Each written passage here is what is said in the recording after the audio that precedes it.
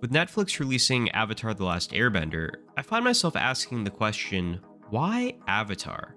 Why is it this beloved thing from my childhood's turn to be remade? And why revive this classic now? Perhaps it's a quest for a broader audience, a nod to diversity, or even redemption from the mostly failed movie adaptation. And as we get started, I just have to remind that now would be a great time to like the video and subscribe to the channel. Yeah, I'll admit it, I'm not some big ballin' guy with sponsors. So there you go, that's my ad. Just like and subscribe, okay? But now, real quick, if you've never seen the original animated series that ran on Nickelodeon in the early 2000s, how do I actually give a brief rundown of Avatar? Well, it takes place in a fantasy world with 4 major nations. Those nations are the Water Tribe, the Earth Kingdom, the Fire Nation, and the Air Nomads. Each nation is named after an element that people from that nation can essentially use magic to manipulate in a process called bending. Not everyone is born with an ability to use the elements or bend, but a certain percentage of people in the Earth Kingdom can bend earth, while a certain percentage of people from the Fire Nation can bend fire, and so on. Technology-wise, I'd say the world is close to like 1700s Earth, so with the relative lack of advanced technology, it really puts an emphasis on the importance of the elemental bending and the magic. Okay, so that's a basic overview of the world, but now, get this. There is always one person alive who can uniquely use all 4 elements and, of course, possesses great power. This person is called the Avatar, and holds great symbolic significance throughout the world, transcending national borders. And when the current one dies, a new avatar is always born. Before the show begins, the Fire Nation waits until the current avatar dies, and then begins invading the other nations. This plunges the world into a long and cruel era of war.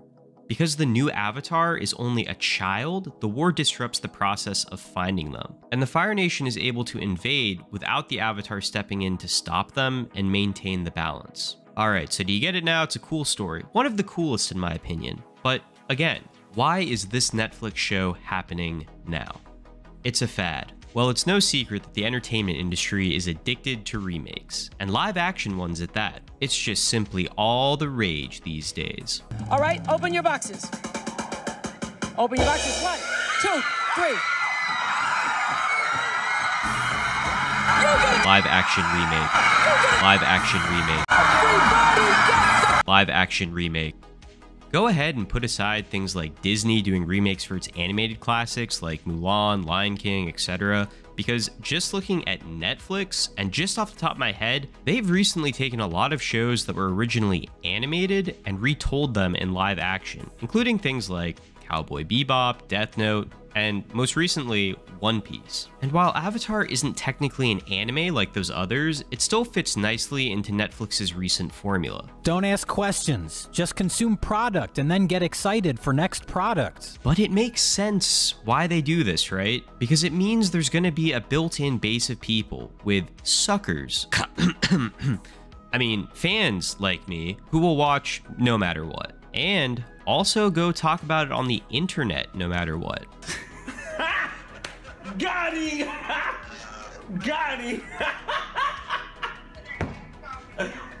Oh! This of course reduces risk, guarantees some level of viewership, and with social media buzz being an important metric today, this is like an automatic marketing machine. Plus that live action gimmick gives those existing fans a reason to watch, while also giving the creators some necessary cover. See guys, I'm not just re-releasing your beloved classic with changes you might not like. I'm adapting it to live action. Yeah, that's what I'm doing. So there had to be some changes made, of course.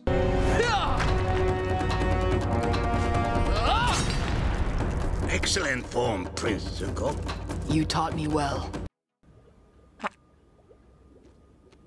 All right. Excellent form, Prince Zuko. I remember when I used to be the future. Huh. Good times, good times. Now, Now I'm just the next batch of consumers ripe for a company to mine for money by using my nostalgia. And hey, you know what? I'm not mad about it, as long as it's good. Animation isn't cool. The sad truth is that many people, especially those over a certain age, just simply refuse to watch animated entertainment and automatically view it as somehow lesser or not worth their time. Bro, you watch cartoons, bro? That's for kids, bro. I'm like an adult now. But entertainment titans like Netflix smell opportunity here, because if they can take an animated story that people already like, then they don't have to work as hard to develop or write it. But see, it's not just that they are remaking it. They are translating it from animation to live action. So now, if it already worked on a smaller audience with just animation, then in theory, it should be a huge hit with a broader audience who would otherwise never seen it. Yo, bro, have you seen this dope new show? It like totally came out of nowhere. You're basically a loser if you haven't seen it. This is an untapped market. It's easy money, a no-brainer, a win-win, and you know, as the kids would say, it's an idea with Riz. At least that's what the argument is.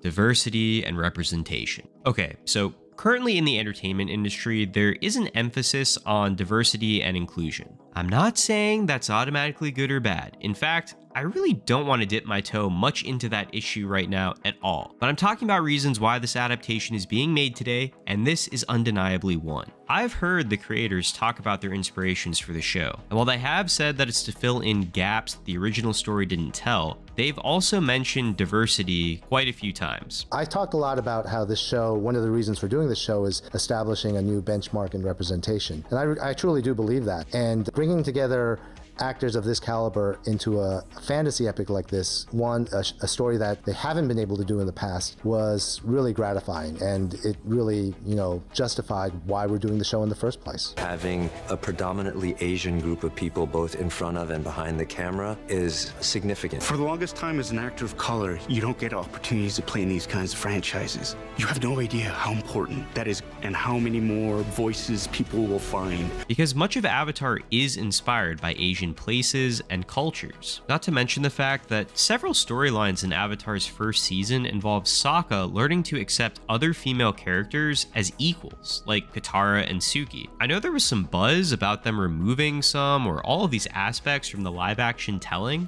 which actually really surprised me because it seemed like an aspect of the original show that was sort of ahead of its time in that regard. I would think modern storytellers would want to keep that in order to teach that lesson, not get rid of it because it's automatically problematic. Well, I don't know. We'll see what they do. But what I am getting at is that in today's climate, shows that can embrace these themes and still be accurate to the source material do seem more likely to be greenlit. Redemption. Okay, this last reason, I don't know if it's actually a factor contributing to this getting made today, but I couldn't not mention it. The Last Airbender movie was a minor box office flop and a major disaster with fans. It's safe to say that the first attempt at a live-action Avatar was a failure. My name is Aang, and I'm the Avatar. I ran away, but I'm back now. It's time for you to stop doing this! The Avatar would have to be an airbender. Are you an airbender, boy? Leave him alone! Consensus. The Last Avatar squanders its popular source material with incomprehensible plotting, horrible acting, and detached, joyless direction. And now, fans might literally be happy just to see the names of their favorite characters pronounced right this time. They set the bar so low with the first live-action attempt that people will see improvement and value in Netflix's version, even if they do the bare minimum. And whether that's right or wrong, I think that's where a decent amount of fans are at. And so, there you have it, folks. The answer to why Avatar: The Last Airbender is making a comeback on Netflix. What are your thoughts on this adaptation? Do you agree, or do you have a different perspective? Leave a comment, and if you made it this far in the video, don't forget to give a thumbs up and subscribe to the channel. Until next time, I'm gonna go spend too much time thinking about Avatar now. Bye.